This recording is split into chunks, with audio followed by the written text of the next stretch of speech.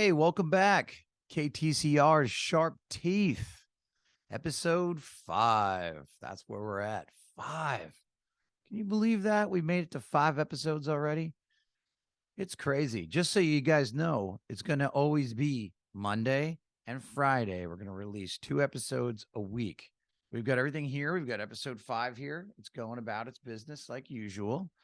I want to thank everybody who's become a new subscriber to us. Thank you very much. If you're on Gmail, you can go ahead and subscribe very easily by hitting the little button below.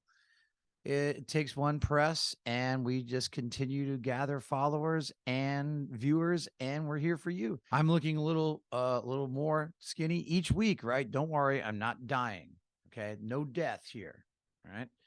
45 now. I plan to live for another 45 years. That's what we're going to be doing here. No joke. Another 45 years, okay? All right, man upstairs, please. Can I get another 45 years? All right. I think I'm doing okay, you know. We're doing a late night episode yet again. Always late night. You and me together, hanging out, checking it out. So let's see what we got going on here. Okay, so what is our topic today for Kill the Cat Radio Sharp Teeth number 5? This is kind of an interesting one. It's I'm sure all of you have been through this before. This week we're talking about haters. They are out there. They are out there. Too many of them. There's an army of people who just want to hate. Haters gonna hate. One of my favorite comedians, I'll never forget this moment when I was a little bit depressed one night and I decided to watch some comedy, and I never really watched the comedian Cat Williams. And it was something ridiculously named. I think it was the Pimp Chronicles Volume 1. And, you know, if you don't know Cat Williams, he's a great comedian. He's really funny. He's always in a lot of trouble. He's small too, kind of like Kevin Hart, but he's a lot dirtier than Kevin Hart. You know, it's not family friendly. He uses the N and F word pretty much every other sentence. Anyways, great comedian. In the Pimp Chronicles Volume 1, he brings up about haters, and he says a great quote. He said, everybody, if you wake up tomorrow and you have 15 haters, by the end of the day, you better have 16 haters, because that means you're on the right path. You're doing something correct. You're doing something right. Now, I like that kind of logic. That's my kind of deal right there. You can see the background's getting better, right? We've got the statue over here. We got the guitar over here. Thank you for tuning in, and let's get into this madness. What do we have here? Let's see. Okay. I picked 3 different personalities from history. Only one of them still alive. But I picked these 3 people because they're the most hated in intellectual forums. I went to university. I studied English literature, never used my degree once. And these 3 characters just never came up in dialogue. I mean, let me rephrase that. They came up in dialogue, but they did not come up positively in dialogue. They came up very negatively. Anytime their name was mentioned, there was some kind of gross haze around their name. You know, the teachers would smirk and the graduate students would, have this kind of bad attitude about them. So to begin with, the first one we're going to talk about haters is a writer, one of my favorite writers of all time, Ernest Hemingway. Oh, people be like, oh, here he goes, bringing up, here comes the white male cisgender, blah, blah, blah, talking about another white male cisgender, blah, blah, blah. Well, this is a little different, folks, okay? So you got to think about 100 years ago, he put out his first book. I have it right here. He put out his first book, The Sun Also Rises. You see that fantastic novel, okay? Right here. Really good. Really great book. Ernest Hemingway was born 1899. Can you believe that? Sun Also Rises was this gentleman's second book. I believe he wrote a bunch of short stories beforehand, some poems. He wrote something called The Torrents of Spring, which technically isn't really a novel. It's more him just making fun of one of his literary heroes, Sherwood Anderson. I think he was just doing it to get out of contract. Either way, he wrote Sun Also Rises, and it is the greatest novel, in my opinion. If you read it today, it comes off like it was written yesterday. The moment you bring up Ernest Hemingway, you start getting the tropes, right? Misogynist, hunter, alcoholic, womanizer, all these different sort of tropes come up immediately when you hear his name. Uh, and some of it, yeah, is probably true. You got to remember something about Hemingway. And again, this is not a literary criticism discussion here. We can get into all that stuff at a deeper dive at another time.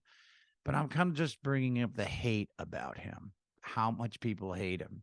You got to understand something about Hemingway. All right. Before Hemingway, everybody wrote in sort of that 19th century prose style where the main character would walk into the room and the long verbose sentences will describe the wallpaper and what weather was going on that day and the family history of the character, and it would be these long, just drawn out sentences. I mean, I guess the only person close enough that would be as cool as Hemingway at the time would be Mark Twain, because he at least kind of had a little bit of a fighty sense to his sentences. But Hemingway, when he came out and he started writing his particular prose, he wanted to take everything out of the equation. Okay. He walked in the bar. That's it. We take it for granted now. What we think of modern American literature, pick up any book and you'll see that most of the sentences get right down to the point. Most of the words really simple. He even said to write at an 8th grade level, and he was right because everybody can understand it. He wasn't trying to be this giant philosophical character. He had something called the iceberg theory, which goes into our next hated person. Where you write very little up front, but if you really want to look for some deeper meanings, you can find it. If you don't and you just want a really simple story, you can find that too. So it works on that kind of dual level. And as a writer myself, especially in fiction, I find that to be absolutely useful. It's a great tool in the tool shed, if you know what I mean. It's pretty good stuff. But really, why include him? Why include this man onto the haters list? It's kind of because he represents real old school true masculinity. And when I did some investigations on him, people would say, this or that about him, and all those 4 things we talked about, mainly misogyny, womanizing, alcoholism, and like sort of macho brute force. Read his letters. Go read his letters. I read his letters to his friends.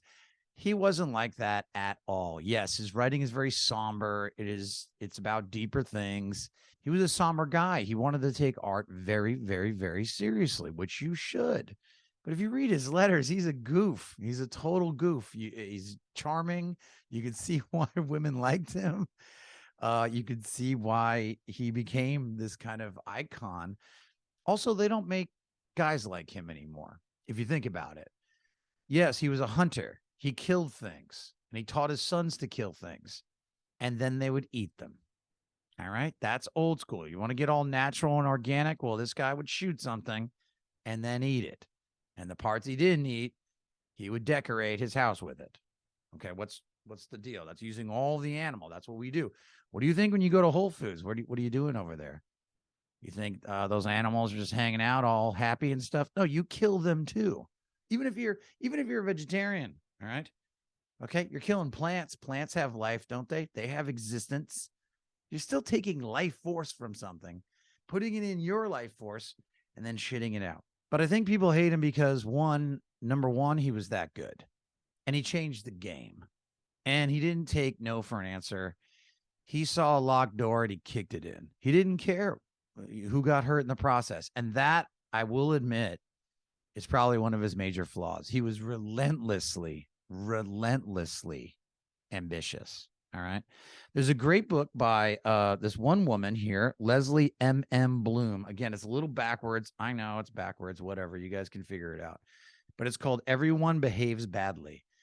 Fantastic book. It details everything that went around from him being this sort of unknown guy, war hero, because he did help a lot of people in the war driving ambulances. He got shot up. This actually happened when he was kind of a nobody, just from a small town in Illinois, to when he started to achieve serious, serious success. Of course, you know, he moved to Paris and all of that, my favorite city, other than New York, of course, and New Orleans. It details, it's a great book because it gives you all the information you need to know about every little detail. Leslie, this lady, if you're watching this, which I hope you are, you did a great job. It's a fantastic piece of historical nonfiction, and it's just really great.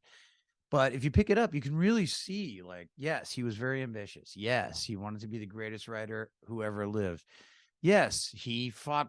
He was a pugilist. You know, he was not afraid of that.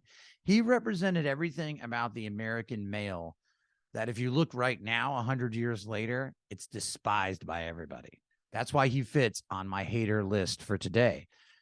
Why do they hate him? I don't know. Maybe they can't write as good as he can. Maybe they see him in all the wrong ways.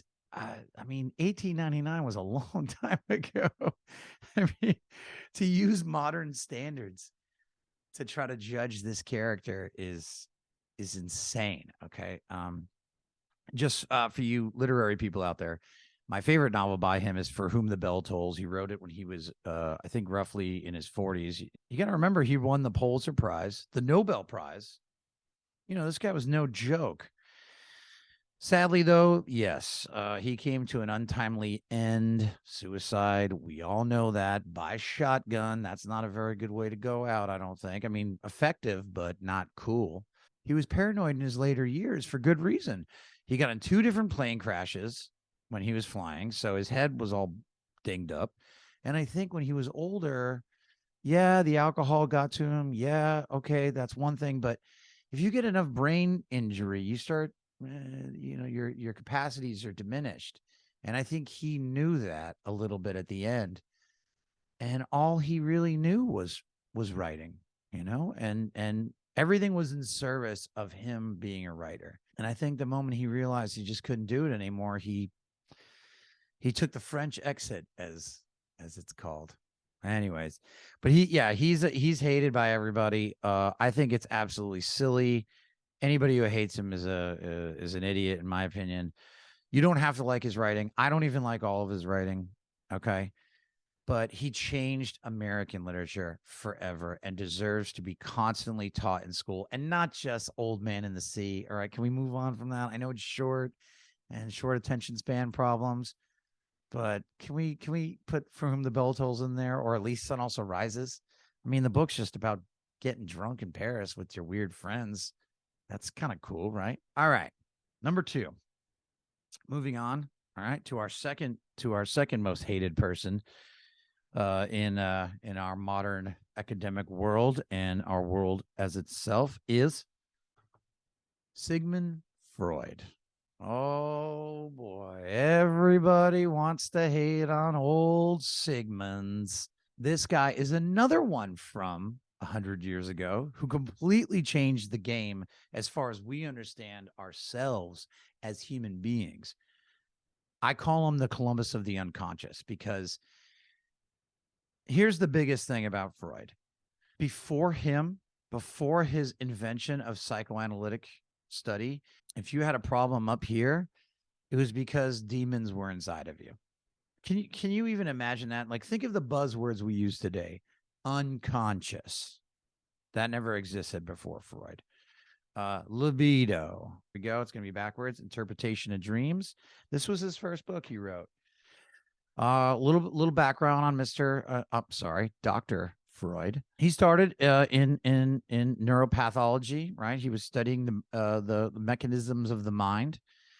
And again, we can go into a deep dive on all his stuff. I'm not going to do it here, obviously, because it's the middle of the night. Dr. Freud, when he was studying his patients, he basically invented something called the talking cure.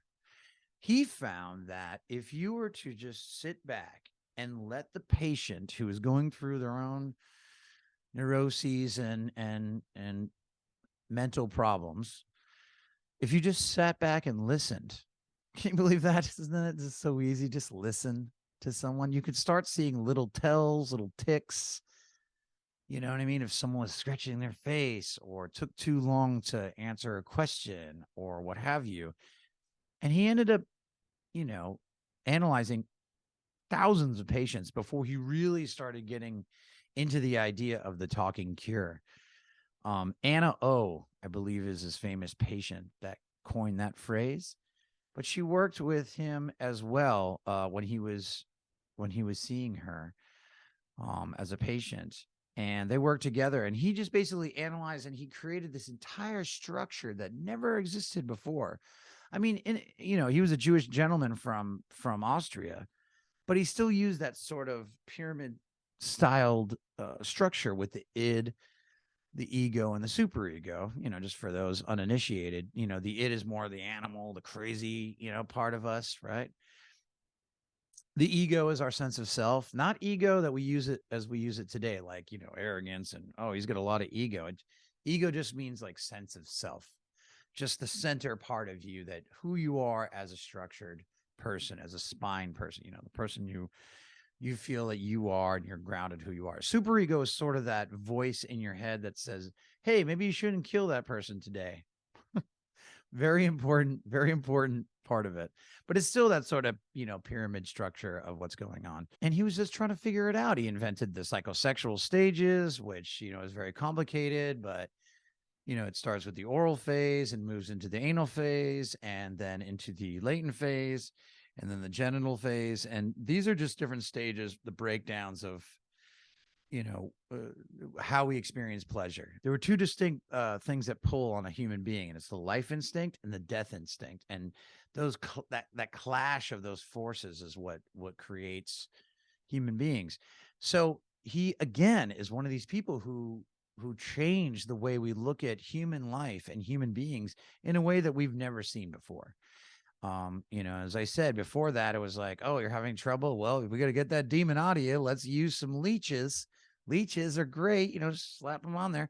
Or, that whole idea of the hysterical woman. Let's just put the woman, let's lock her up in some room. That's going to help, right? She's going to be just fine after that. Wrong.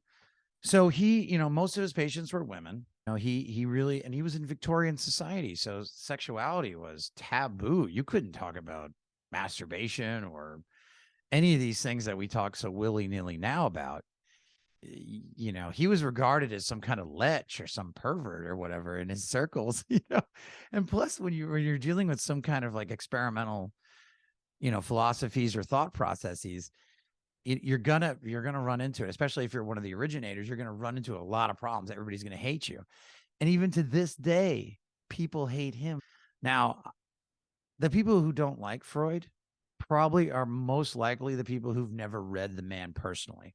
He's got a bunch of books. Interpretation of Dreams was one of the, this guy here was one of the first ones. And it's great.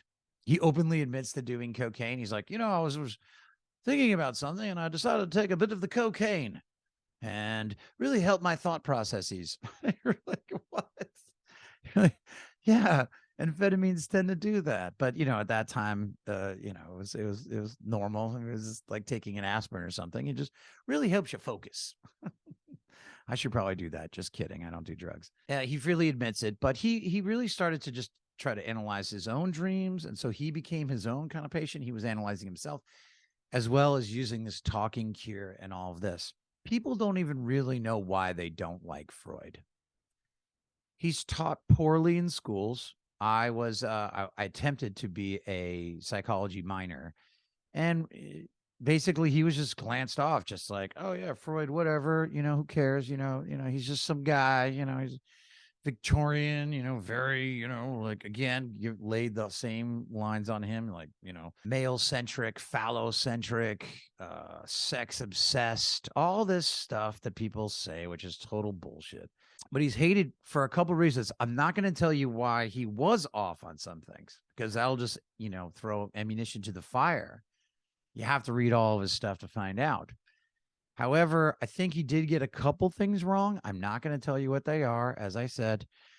But overall, as a body of work, he changed the 20th century, the 21st century, Most people don't even understand the influence that Freud has in your own life, from the vocabulary you use, the way you look at life, the idea of therapy. Funny enough, a lot of people don't know this. Freud was a suicide as well. I know we're getting a pattern here. I don't, I don't like this pattern. He was an open suicide. He loved to smoke cigars. Yes, you can make the joke now. Go ahead, insert joke here. Nobody smoked cigars all his life. He smoked too much and he got cancer of the mouth, and eventually just asked for a doctor to give him morphine, and it was an assisted suicide. So maybe not the Hemingway way, but same way. He wrote two books, two of my favorite at the end of his life that you should definitely check out. One's called A Future of an Illusion, where he basically breaks down religion and says religion is an illusion. He didn't really have a lot of faith, and he thought that he believed a lot like what they say is like religion is the opiate of the masses. He kind of went that direction. His last book was Civilization and Its Discontents. He basically surmises, and this is at the end of his career, and he's an old man, and he basically says, I've been working at psychotherapy for all of my life. I've been seeing thousands and thousands of people, hearing thousands and thousands of stories. My life's work is a collection of all of these different stories and imaginations of so many people who were sick. And he said, well, if you insist on having polite society, and remember, this is Victorian society at the time, we are all animals, us human beings. We're like, yeah, maybe we're more enlightened animals, but we're, you could say that we're doing a damn sight better than, your average monkey. He said, if you insist on suppressing the id, which is our animal side, and we want to exist in society, there's going to be neuroses. Neuroses is just some kind of broken pattern in the mind, and it's going to exhibit itself in depression, anxiety, and all the little tree limbs from those pathologies. And so if we insist on having polite society, which I am 100% down with, then we're going to have neuroses. And there's only going to be three ways to solve these neuroses. Number one, take drugs. He actually just says it. I guess maybe that's where modern day psychiatry came from. But no, he said like alcohol, drugs, just you have to suppress it. You got to destroy the mind. The id must be suppressed, but the superego must be suppressed as well. If you can find that kind of balance in your head with intoxicants, then you should do so. Two, he said you can go to religion, which is a lie. See Future of an Illusion. Right? And three, his own raison d'etre, psychotherapy, which in the end may or may not work. Kind of a bleak outlook of the future. I'm oversimplifying everything, but it's kind of a bleak outlook. But that was his last book. People hate him for all kinds of reasons. Maybe because, again, I mean, as he would say, because he's a patriarchal father figure. No one likes that. But people don't like him for a couple of his ideas about sexuality, where certain aberrations, he considered aberrations, appeared. Get into it on your own, and you come back and you leave me a comment about what you think he was off or on about. But the one thing you definitely cannot argue with is that he was one of the great geniuses of the 20th century and changed our lives forever. Okay, number three, what do we have here? Well, this philosopher is still alive. She's one of my favorites. I've always loved her, and she is also absolutely hated by her peers as well. For many different reasons. We're going to do a couple passages and readings from her work. And this lady's name is Camille Paglia. I love Paglia. Love her, love her, love her, love her, love her. Not just because I'm Italian and she's Italian. I just love her. Camille, if you're out there, I love you. I love you. I love you. I love you. I love you. I love you. I love you. I'm sorry for the hate. Not that you care. One of her books here, Sex, Art, and American Culture. Pretty cool. Just a little background on her. She's incredibly educated. She's held a title of professor for many, many years. She's an essayist and a writer, philosopher, thinker. Why is she on the hate list? Because when you really study feminist theory, and you see a lot of these feminists coming out in the 60s and 70s, There were amazing minds out of this time. You had Gloria Steinem, you had CAMILLE, you had all manner of intellectuals coming out about the idea of the equality of the sexes. Now, of course, as I mentioned in previous episodes, I was raised by all women, so I'm I'm an ally. I won't say I'm a feminist though. I don't think male feminists exist. You guys can disagree with me on that. That's up to you. Go ahead and talk about it in the comments below. But I don't believe in it. I believe that men can be an ally, but I don't think we can truly understand what it's like to be a woman ever. It's just something I don't think is on the docket for us. I mean, we can understand what masculinity is, obviously, because we live it. And some people will call me binary. Well, go fuck yourself. Back to Camille Paglia. We have this great book here. The reason why she's hated is because there was sort of a break. A lot of people talk about waves of feminism. There was a sort of break in the 80s. And there was once the discussions about abortion rights and equal pay for equal work were brought up, there was kind of a breach in the feminist ideology. And a lot of women sort of went one way, and then this lady went a different way. What do I mean by different? Well, I'm gonna let her words speak for themselves. It went in a different way because she kind of was kind of pro sex, pro male. Sounds odd. Like I don't want to put words in her mouth, but I think that she probably assumed that being a woman was in its own right something that needs to be explored. But men weren't necessarily part of the equation. Whereas a lot of other feminists sort of saw the male power structures just everywhere they looked. And Camille was more, she kind of broke away from all that stuff. Let me give you a couple of examples here. And I just want to read this to you guys. And this is her words. So this is cool. So this is from the book here. This will help you understand, because it's better to, since she's alive, especially, it's better to have her words speak for themselves. And you can find YouTube videos all over the place. It's awesome. When you see her in interviews, she is combative. You do not mess with this lady. She is very, very smart. So here we go. So contemporary American feminism, which began by rejecting Freud because of his alleged sexism, Freud's back, see, I told you, has shut itself off from his ideas of ambiguity, contradiction, conflict, and ambivalence. Its simplistic psychology is illustrated by the new cliche of the date rape Führer.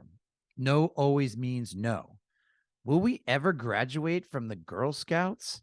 No has always been and always will be part of the dangerous, alluring courtship ritual of sex and seduction, observable even in the animal kingdom. Now, you can right there see where people were like, excuse me, Camille, what the fuck are you talking about?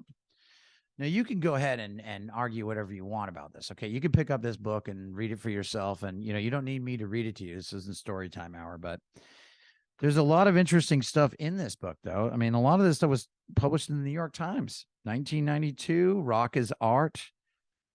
Pretty cool. Like, she has a whole idea about like what's going on with rock and roll music. The dark poetry and surging Dionysian rhythms of rock and roll has transformed the consciousness and permanently altered the sensoriums of two generations of Americans born after World War II.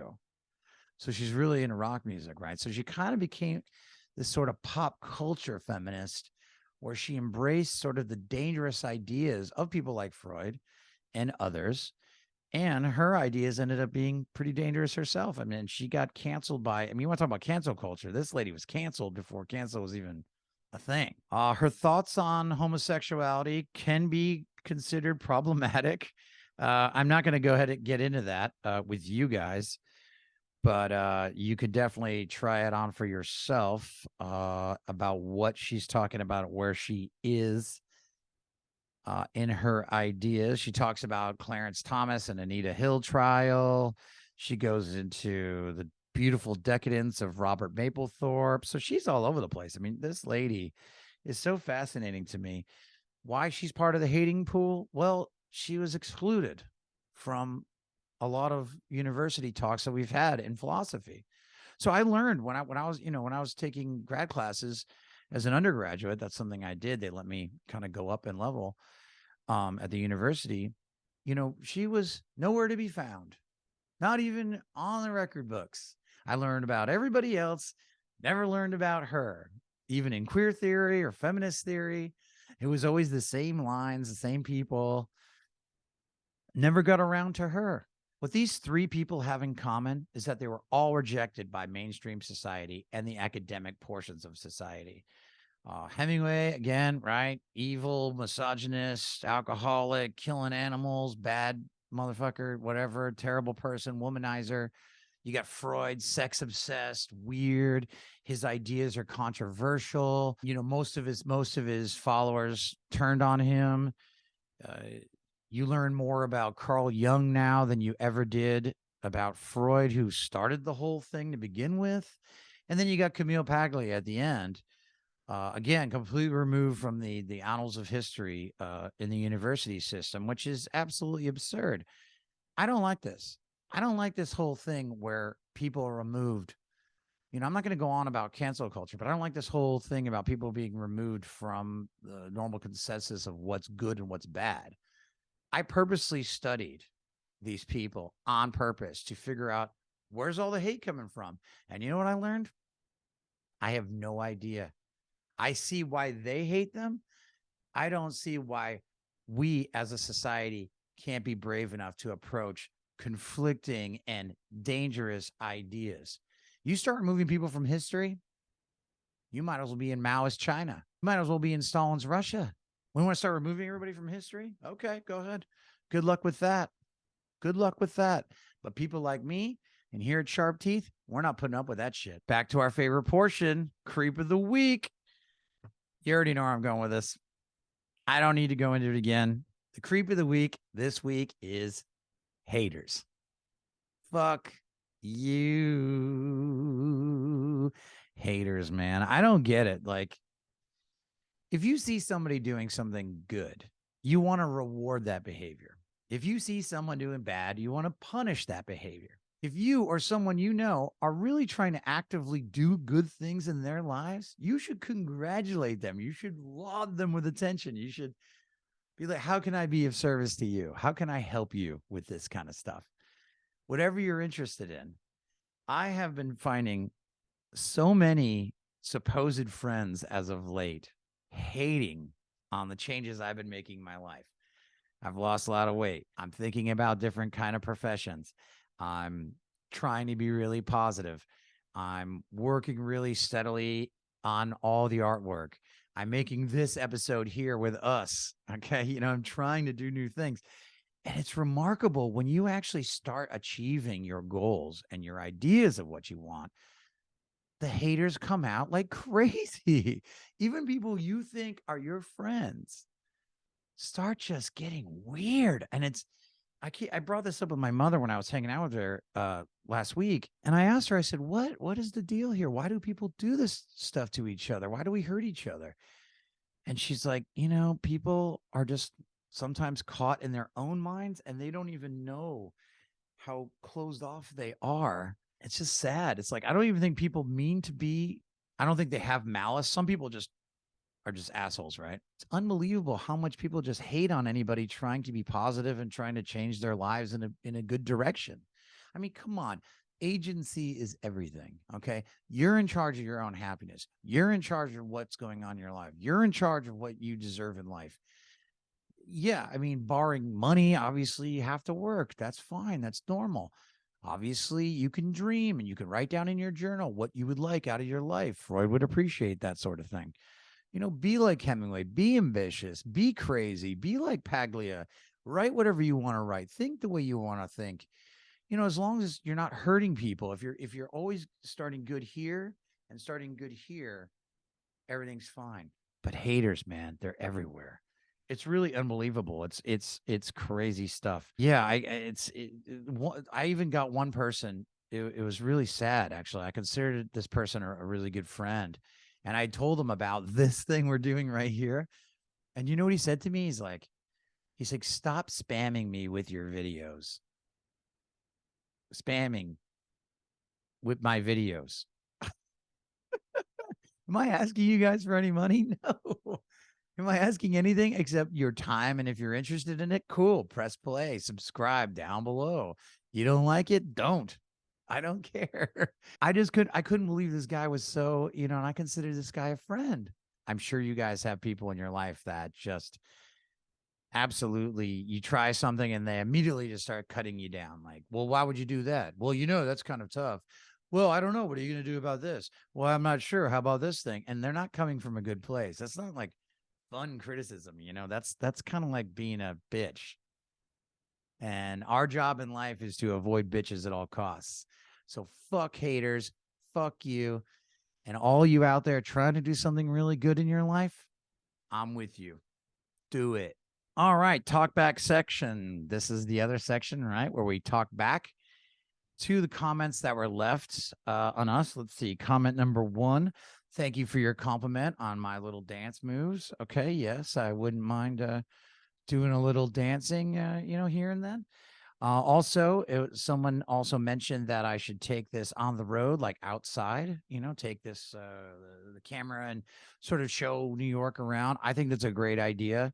I'm still getting used to this. I kind of like sitting in my pajamas, with a nice suit jacket. So I don't know if I really want to, just kidding. I look great. Thank you for the compliment. I appreciate it. Got a lot of people saying I'm doing the right thing. And I really appreciate you guys. You guys complimented me on the weight loss. You guys complimented me on, hopefully me being funny. Also trajectory, it takes a while to like get where you need to go. The other another talkback thing was about my meandering. Am I getting better at it? I think I'm getting better. I'm trying to tighten it up a little bit.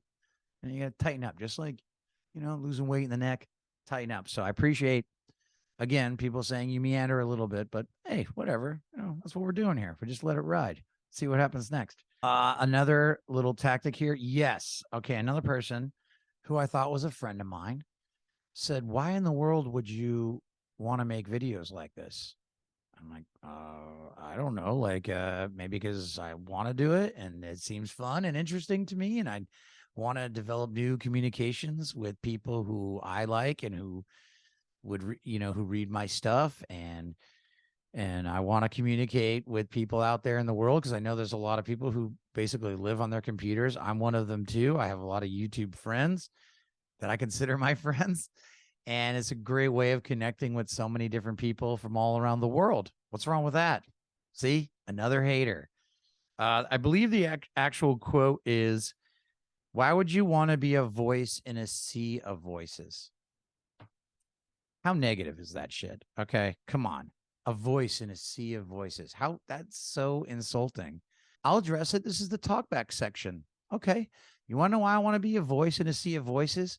Is because no voice is like mine. Just like there's no voice like yours. All right. Everybody's got their own personality. Like Mark Twain said, be yourself. Everybody else is taken. That's our show tonight. Thank you so much for tuning in.